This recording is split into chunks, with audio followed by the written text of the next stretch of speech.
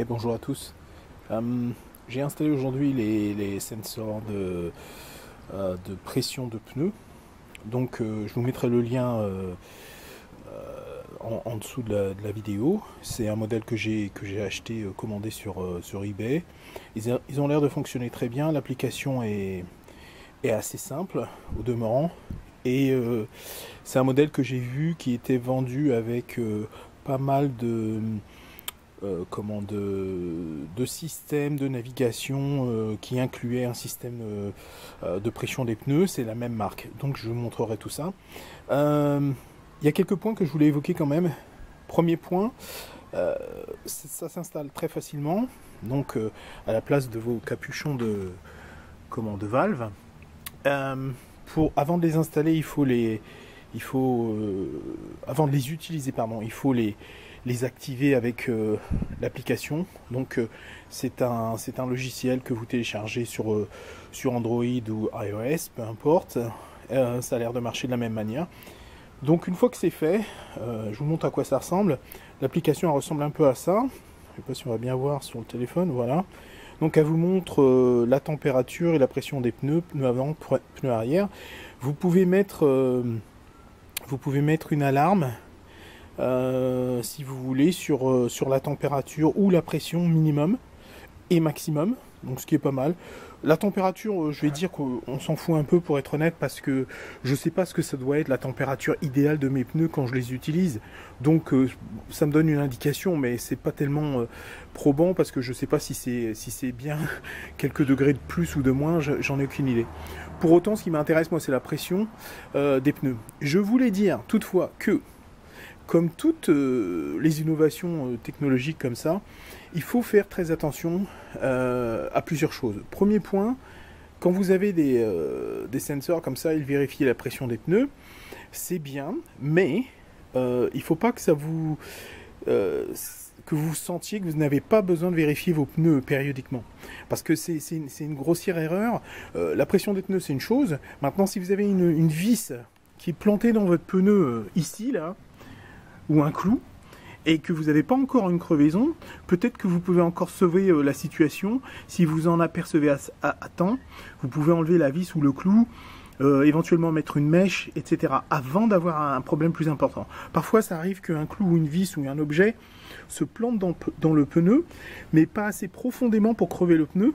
Si vous vous en apercevez à temps, vous pouvez l'enlever. C'est pour ça qu'on vous demande de vérifier l'état de vos pneus périodiquement. Donc, avoir les petits sensors là, c'est bien, mais il ne faut pas que ça vous éloigne de ça. Il faut que vous pensiez à vérifier l'état de vos pneus physiquement, l'état de vos pneus dans tous les cas. Donc c'est un premier point auquel je suis sûr que pas mal de gens se disent bon, bah maintenant j'ai ça impeccable, j'ai plus besoin de vérifier les pneus. À mon avis, c'est une erreur. Ensuite, deuxième point, comme toutes les technologies, comme les assistances, l'ABS, Traction Control et tout ça, ce sont des aides au pilotage, à la conduite. Ça ne remplace pas votre sens commun.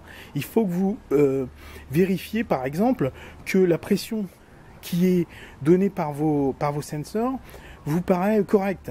Premier point pour ma part, là, je compare la pression de mes pneus via l'application, ensuite via le petit mano que j'ai sur cette pompe électrique et la station-service avec leur compresseur. Comme ça, je peux comparer les trois et me dire si ça tient, si les valeurs sont proches. Pour le coup, ça a l'air d'être très bien, mais je recommande de vérifier tout ça aussi périodiquement, parce que vous n'êtes pas certain à 100% que cette technologie elle va pas vous lâcher et vous donner une fausse information.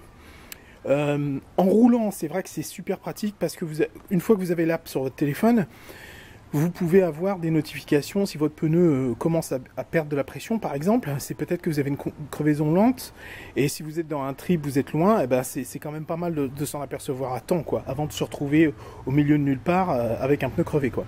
Donc voilà. Je tiens à dire aussi que c'est pas trop cher compte tenu de la technologie et de ce que ça apporte sur la moto. Je vous mettrai les prix aussi donc en dollars australiens. À vous de voir ce que ça vaut en Europe. Voilà, je trouve que c'est pas mal, c'est une innovation pas mal. Pour autant, j'achèterai pas comment dirais-je, une station. Vous voyez les systèmes de navigation qui comportent GPS, System Entertainment, là où vous avez votre musique, les podcasts, etc.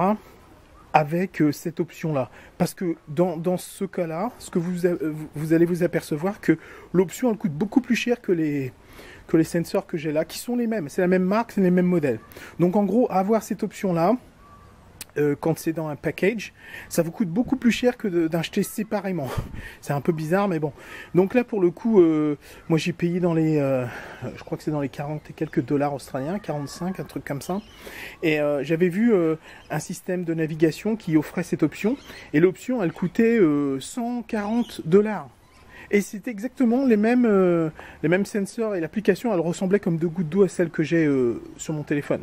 Donc non, je suis pas d'accord. Voilà. Si vous êtes intéressé par ce type de sensors, ils existent aussi pour des voitures, avec donc 4 évidemment au lieu de 2. C'est le même système, et je crois que la même marque les fait aussi pour les voitures.